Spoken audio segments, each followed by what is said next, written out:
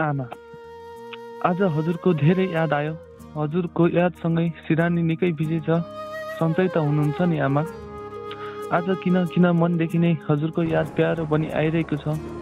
आमा, सर्वप्रथम त हजुरलाई म भित्री मनदेखि नै धेरै धन्यवाद दिन चाहन्छु, किनकि हजुरले नै यो संसार देखाइदिनु भयो।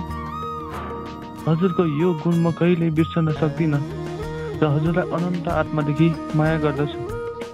आमा, जुन समय म हजुरको न्यानो काख बिना पनि बस्दैन थिएँ, हजुर नै मेरो लागि सब थोक हुनुहुन्थ्यो। लड्दा समाइदिने, रुँदा फुलाइदिने र भोकाउँदा खुवाइदिने। आमा, त्यसैले आमा, म हजुरको धेरै ऋणी छु। यो ऋणबाट म कसरी मुक्त हुन सक्छु र आज हजुरप्रति म एकदमै आभार व्यक्त गर्न चाहन्छु र आज एउटा बाचा पनि गर्छु। आमा, हजुरलाई म कहिले मन दुखाउने छैन।